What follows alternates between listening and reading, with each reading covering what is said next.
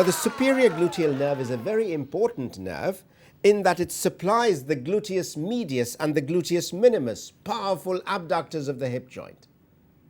And they are very important in walking, in gait.